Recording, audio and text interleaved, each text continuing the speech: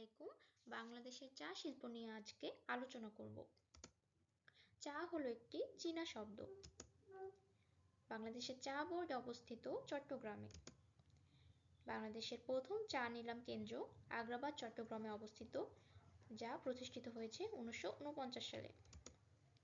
চা জাদুঘর রয়েছে শ্রীমঙ্গল মৌলভীবাজারে।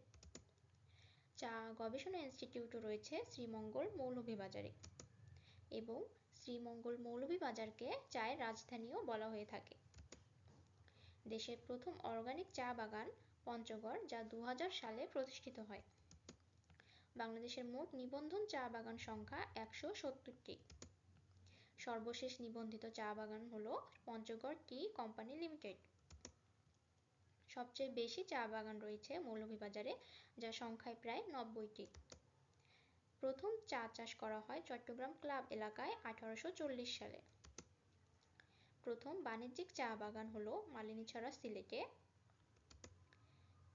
বাংলাদেশের দ্বিতীয় অর্থকরী ফসল হচ্ছে চা এবং বাংলাদেশের টি এস্টেট মোট 128টি এবং চা বাগান মোট 42টি, যা এই দুটোকে একসঙ্গে করে মোট চা বাগান সংখ্যা হচ্ছে 170টি।